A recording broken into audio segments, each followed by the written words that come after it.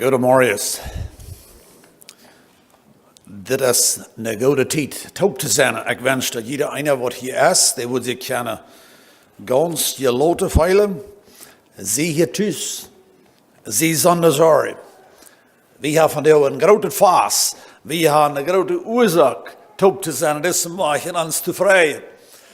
Manchmal dan moeten we ons vrijen, want we moeten zeggen, je wordt al alle zijn en je hebt een groot kind en dat is je een kindje hebt, een baby gehad en dat als je te welt gekomen, dat is gezond en dat is alles goed, dan stel ik me zo ver dat grootvader, die heeft dat een vrijheid, die vrije zich, dat is nu alle goed. Hij je loert en hij kijkt je verder was en nu brengt we het alle vorig en zo wie het staat en dat is goed, dan vrijen we ons.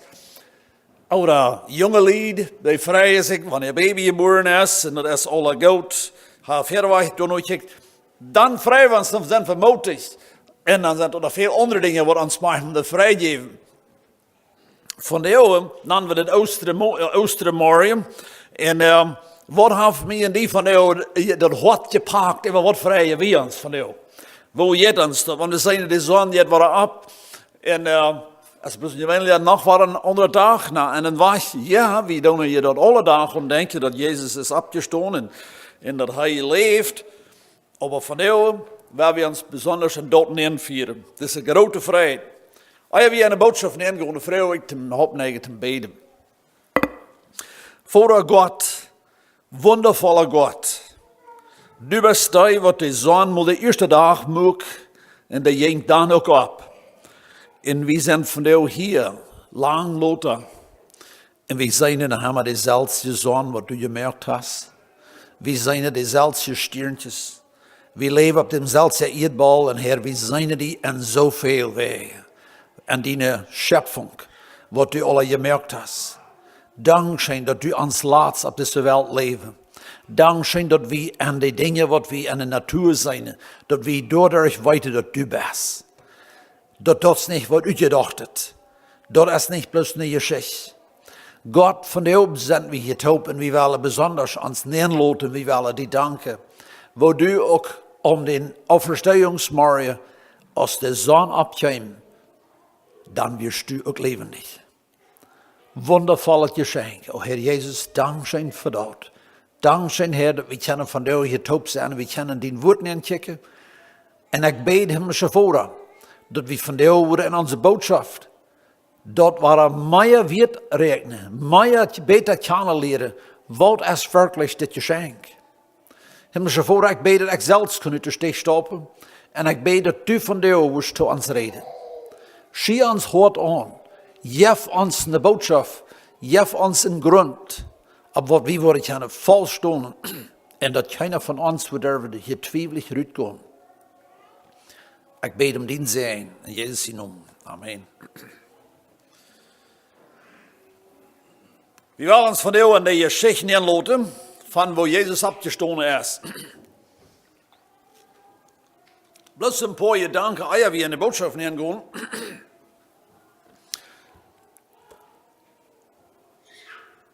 Weten we dat? Dat de oorzaak, dat we van de jou, which is zindag, so we zijn hier van de jou top en er staat ohne zinnoend.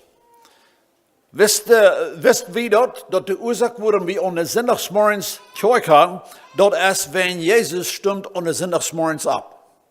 Dat is de oorzaak waarom dat moet ändern. Maar dan wird het immer an dem Sabbat, which is ohne zinnoend. Aber als Jezus zindagsmorgens opstond, dan ändert dat. So, wenn irgendein Mensch noch mal fragen deed, waarom houden je niet im Sabbat? Dan gaan we zeggen, wel, en Jezus kwam de Sabbat tot hem een. So, dat Oude Testamentliche Gesetz voor dem Sabbat, wo we dem Sabbat zullen houden, alle die dingen wat we im Oude Testament lezen over dem Sabbat, die komen met dat Jezus opstond, komen die zum een.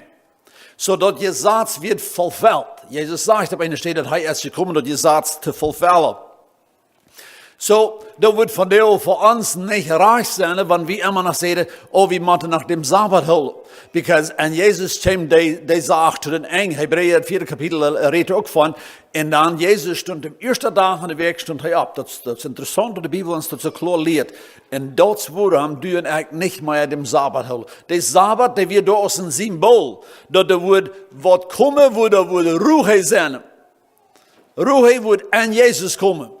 En die ruhe is nu door we niet meer dem Sabbat houden. Nu hebben we zondag. En de zondag is niet een Sabbat.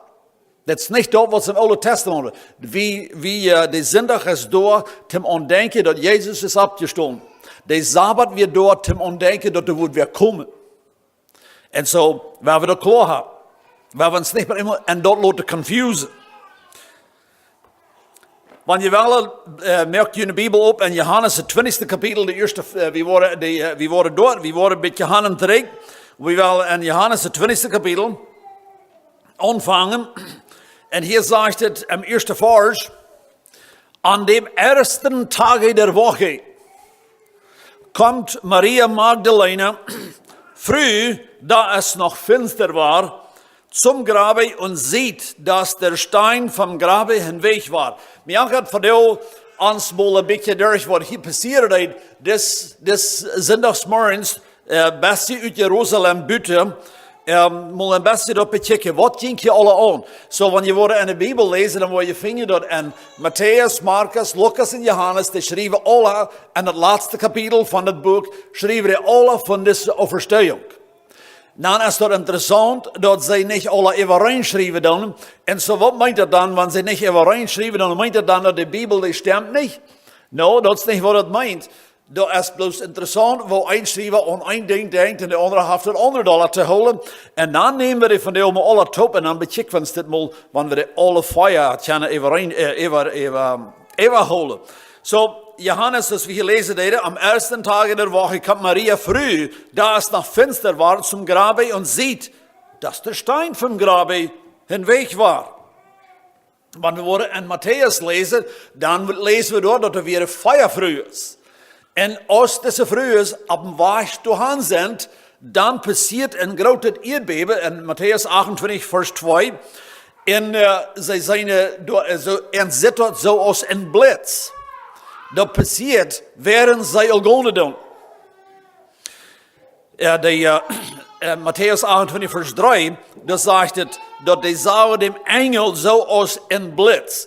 Nou, we kunnen ons dat voorstellen, en dat helpt ons vielleicht een beetje van ons denken, dat deze vrouw is, die weer donderdagochtend, Jezus stierf op de donderdag, ja. En ze weer de donderdagochtend, weer zij, met des dode charpa top en dat groof bijna je was, waarschijnlijk in horen hem door handen lijst.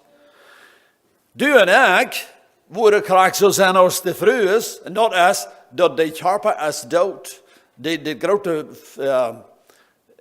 fase, dat we nu am komen, ze kunnen de arbeid niet vorig maken.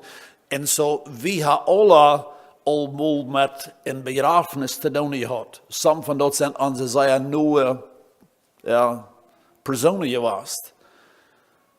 Wanneer een mens gestorven is, dan is hij in ons mind, dan is hij gestorven. We voeren niet dan 2 dagen later naar een funeral home en kind of worden we berekenen dat die wordt dan eens vielleicht toch leven, die wordt vielleicht nu zijn. We denken bloos aan dat hij is dood. Maar dezelfde soort gedanken gaan deze vrouw is zondagsmorgens ook naar graf. Die is dood. We willen hem bloos nog weer bezorgen. Dat maakt een onderscheid.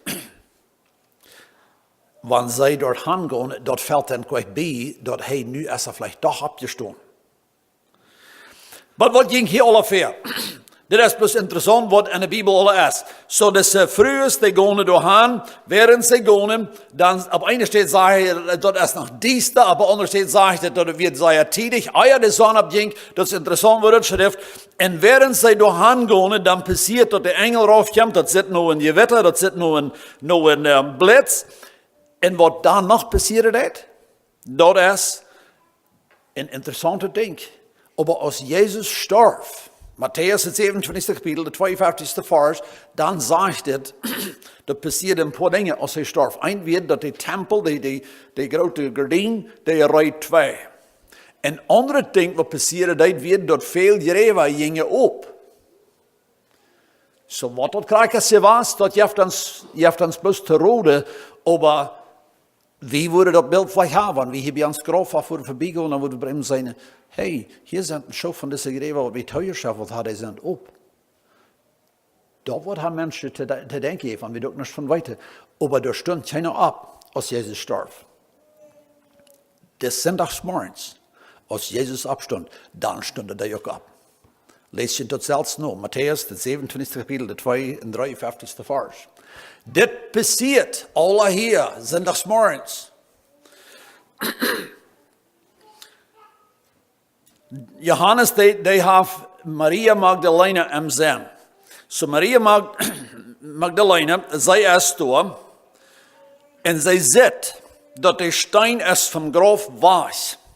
Nou, wat we moeten vinden is, dat zij zit ook de engel door, en de engel sagt zu end, dat Jezus ist nicht mehr dood, hij ist lebendig. Aber Maria Magdalena kann es nicht begreifen, und sie ran trägt. Der zweite Vers sagt, da läuft sie und kommt zu Simon Petrus und zu den anderen Jüngern, welchen Jesus lieb hatte, das Johannes, und spricht zu ihnen. Hört mal, was sie sagt.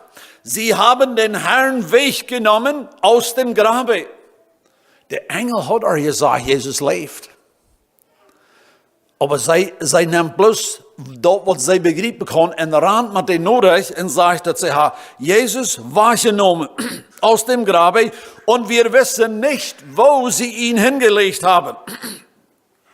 So, das ist interessant zu sein. Maria ist beim Grab, erst war er trägt dort gerannt, und wie weiter sie war er im Grab, und sie ist at least zweimal, vielleicht auch dreimal, haben teruggerannt hier des Morgens. Dat geeft ons een klein beetje een indruk, niet dat we wel veel op buien, aber wat ze van een persoon weer. Dat ze weer hastig door, hastig terug met de halve waarheid, rand waren hastig terug om Graf, en ze begint Jezus. Dat is de eerste wat Jezus begint had. En de jongen en dit, die komen schließlich ook wat door. Dat is plus interessant wat het is. En zo zij rand naar de jongen en zegt de jongen dat ze Jezus wahrgenommen. Geen mens had dat gezegd. Dat had ze zich bloß zelfs deutlich gemerkt. Because they kicked hem Graf neer en Jezus is niet daar.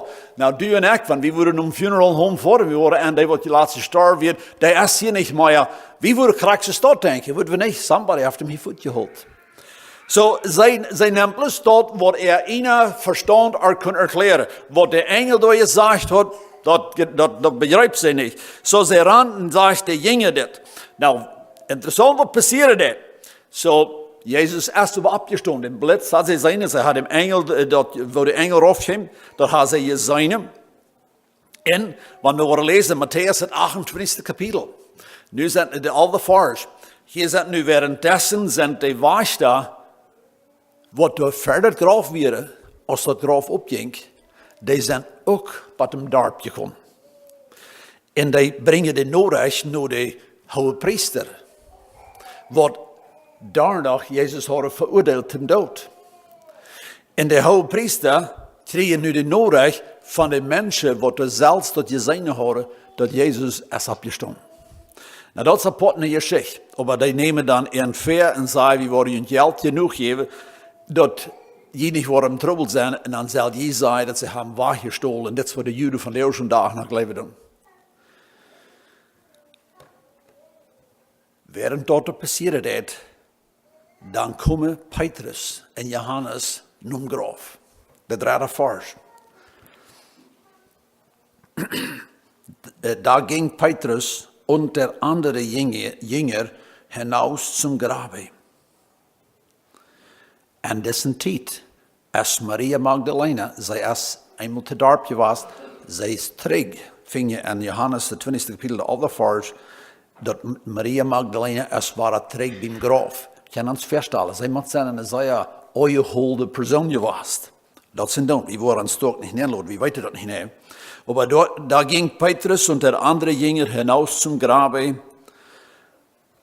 Es liefen aber die zwei, Petrus und Johannes, als sie dort hier, die Maria Magdalena sagt, sie haben wachgestohlen, dann rannen sie in den Grab.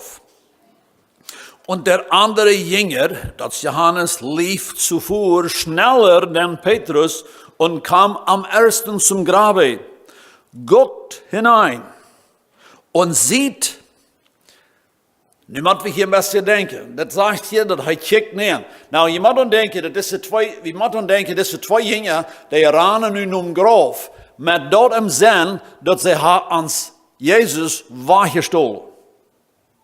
Okay? So met dat ranen we nu om Graf, dem is er worden weggestohlen. Wat moest u rekenen dort te zijn? Nou, dat Graf wat laat zijn, dat moeten we alle berekenen, niet? Kijk maar wat het zei, dat. Meestal interessant, dat zijn Einzelheiten, wat we bis gleich even lezen en zeggen, well, what's veel dran? Maar du hast veel dran. So, ze ranen top, Jesus had ze weggestohlen, Maria is zij opgereicht, en we ranen door op hand door hand, dat Graf wat ladig zijn. Dat wordt op zijn en dat wordt ladig zijn. En ze zeiden dat Graf is op. En dan kijkt Johannes, guckt hinein und sieht die Leinen, dat ze de Carpathianen tieten, die nicht in Zeugnen, die rollen den bloß an. Met lange, schmale Kadre, wo wir sagen, wordt im Carpa eingerollt. En Johannes zegt dat die Kadre zijn alle hier gebleven. Merkt ons dat sens, waarom de Bibel dat abgeschreven heeft, dat die Kadre erbij werden? Dat is wichtig, dat dat eine Bibel ist. Hij zit die Leinen gelegt. Ging aber nicht hinein. Hij kijkt bis näher. Da kam Simon Petrus, because kon nicht so bei sich ran. Hij kam den beste Lothar. Da kam Simon Petrus ihm nah und ging hinein. In das Grab. Und weißt du, wo hij sitzt? Und sieht die Leinen gelegt. Die Kadre liegen hier noch. So. Vers 7. Und das Schweißtuch, das Supportenbeet, was sie am Kopf gerollt haben.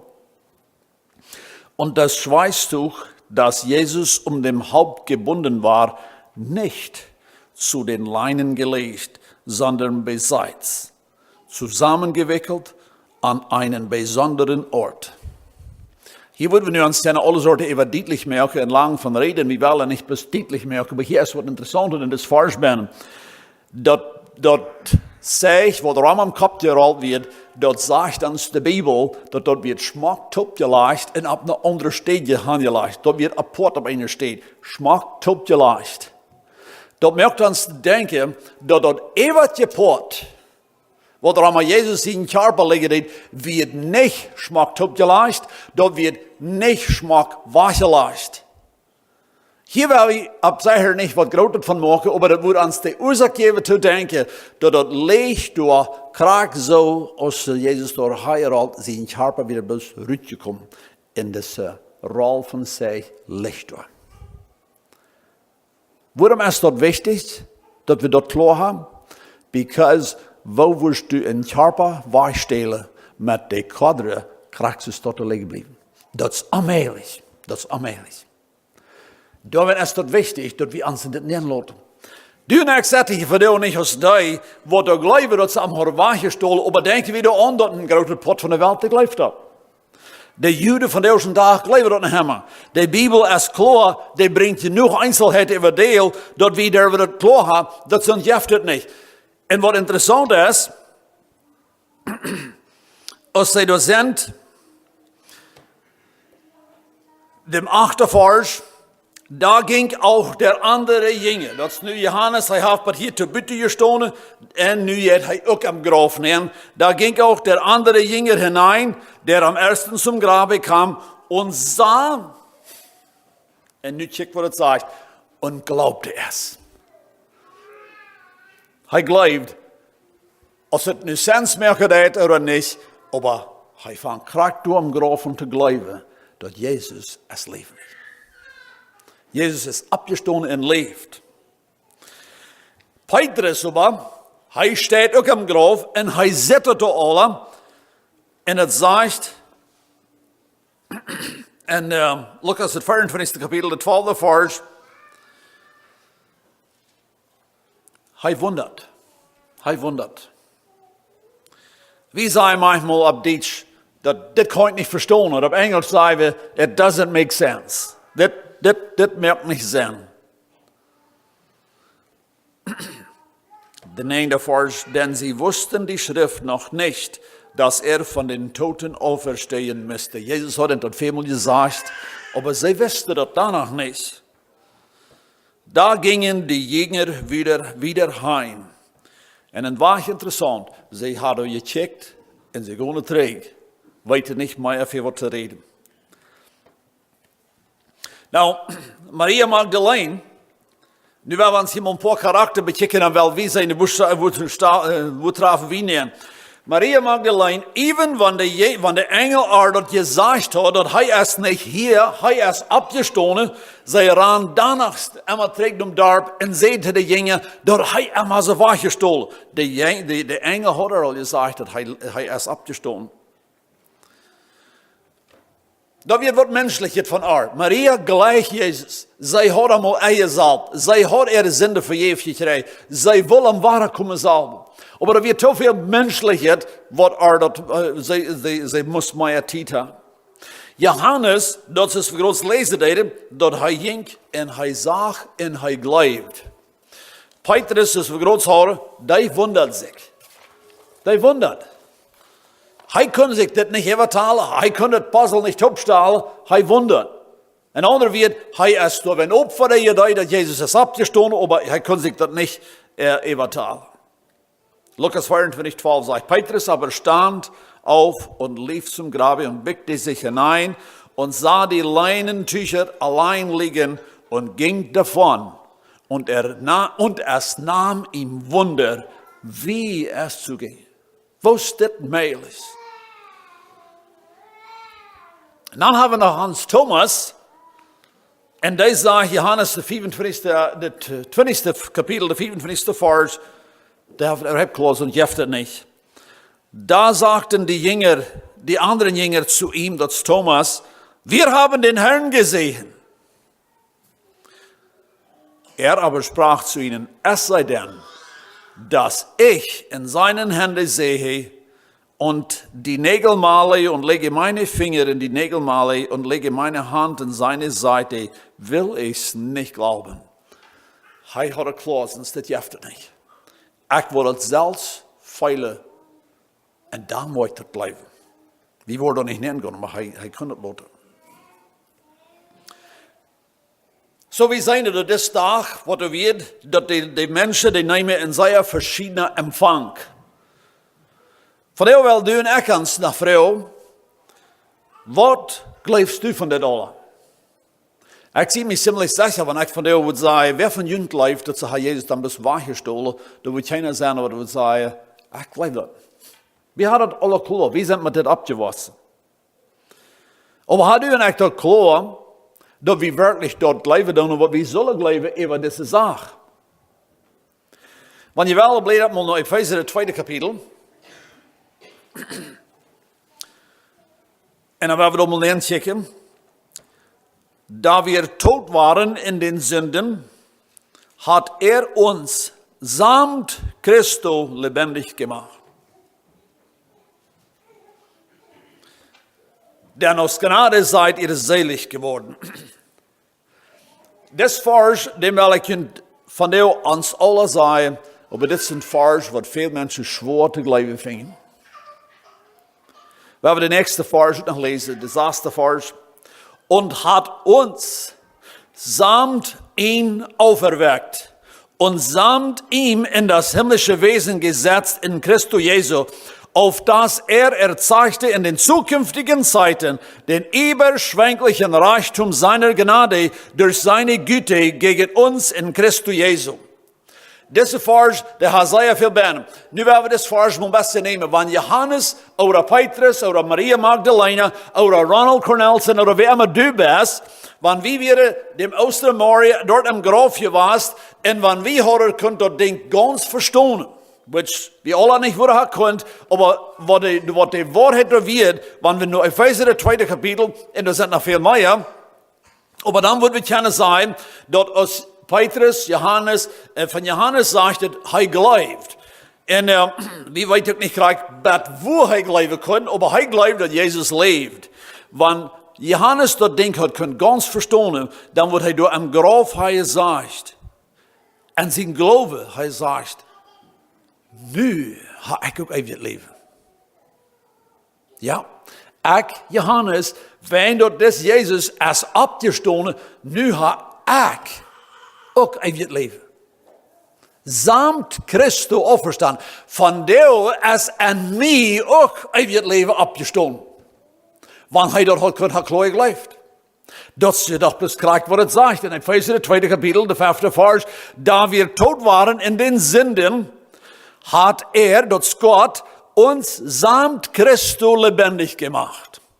Was das meint, als da, was es sagt? Wenn die Bibel sagt, dass Gott hat mir und die mit Jesus tot lebendig gemacht, meint er dann nicht gleich dort?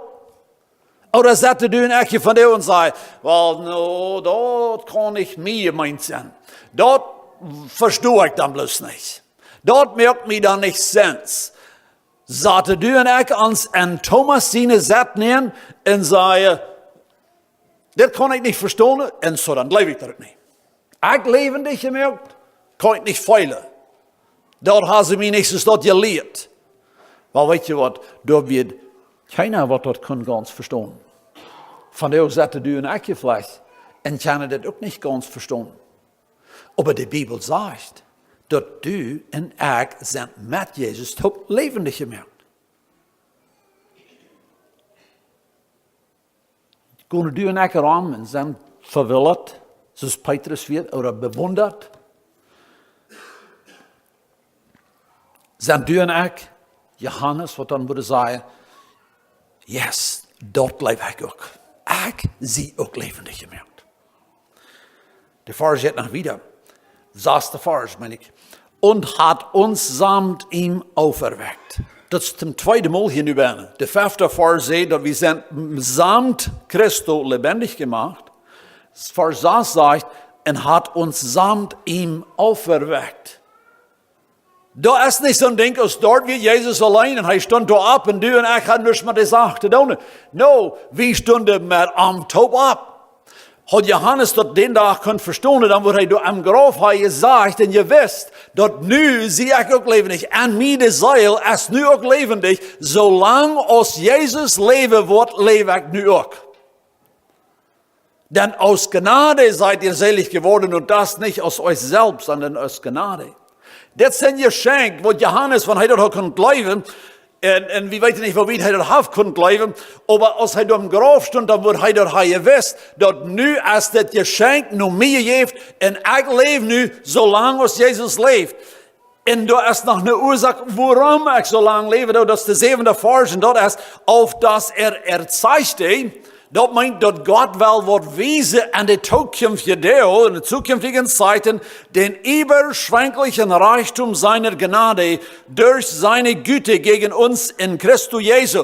Das meint, dass ich war hier von der aus morgens in das Grab rübergegangen, because Jesus ist abgestoßen, dann weiß ich, dass Gott wird durch mich, und durch meine Brüder, durch meine Schwester, wird Gott ein überschwänglich, und das meint, in sehr großer Grad aus, was wir bemähtet haben, Mut von seiner Gnade durch uns wiesen.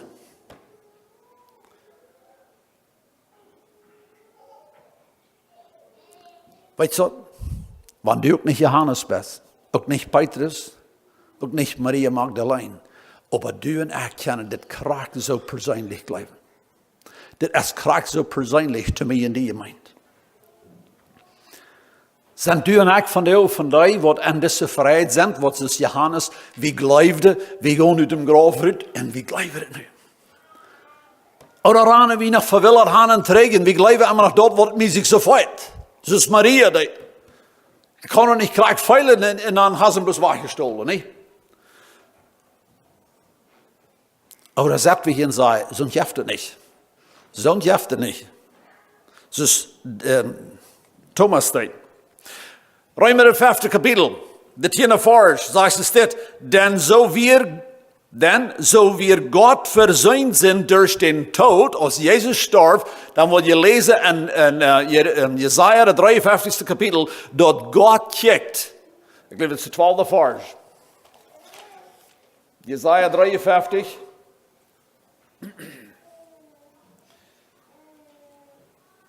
De 11e vers, dat God de kijkt naar Jezus zijn arbeid.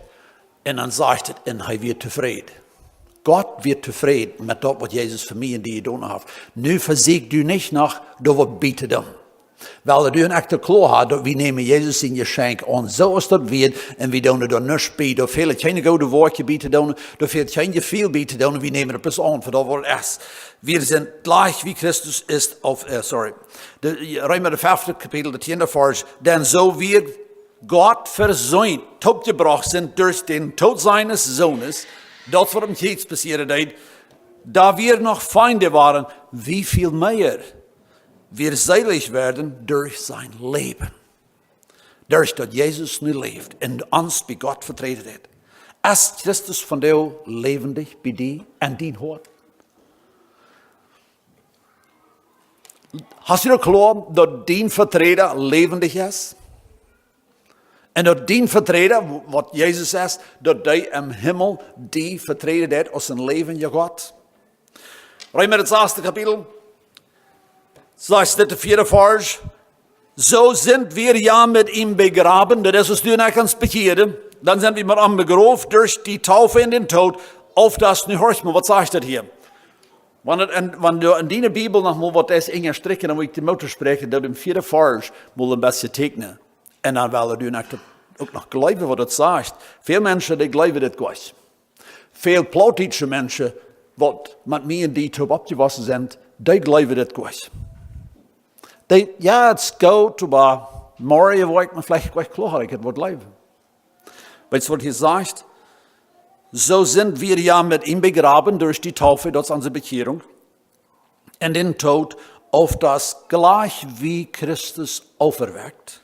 Gleich wie Christus ist auferweckt von den Toten durch die Herrlichkeit des Vaters, also sollen auch wir in ein neuem Leben wandeln. Wo klar ist das bei dir, dass Jesus abgeweicht ist vom Tod? So klar staat als dat ook dat du in het nieuwe leven bent. Geloofst u dat? Like wanneer u een act vandaag worden zetten, en wie denken we de zaak nou? Geloof u een act dat? Veel jaren terug, dan leer ik dit kapitel mal uitwendig en dan zie ik dat immer waren even bij mijn arbeid voor.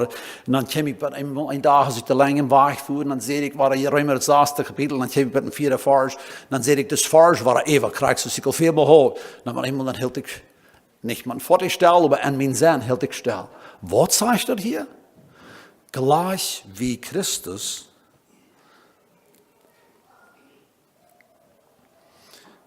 Gleich wie Christus ist auferweckt von den Toten durch die Herrlichkeit des Vaters, also sollen auch wir in ein neues Leben wandeln.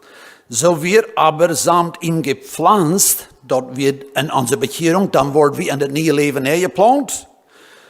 So wir aber samt ihm gepflanzt werden zu gleichem Tode, so werden wir auch seiner Auferstehung gleich sein.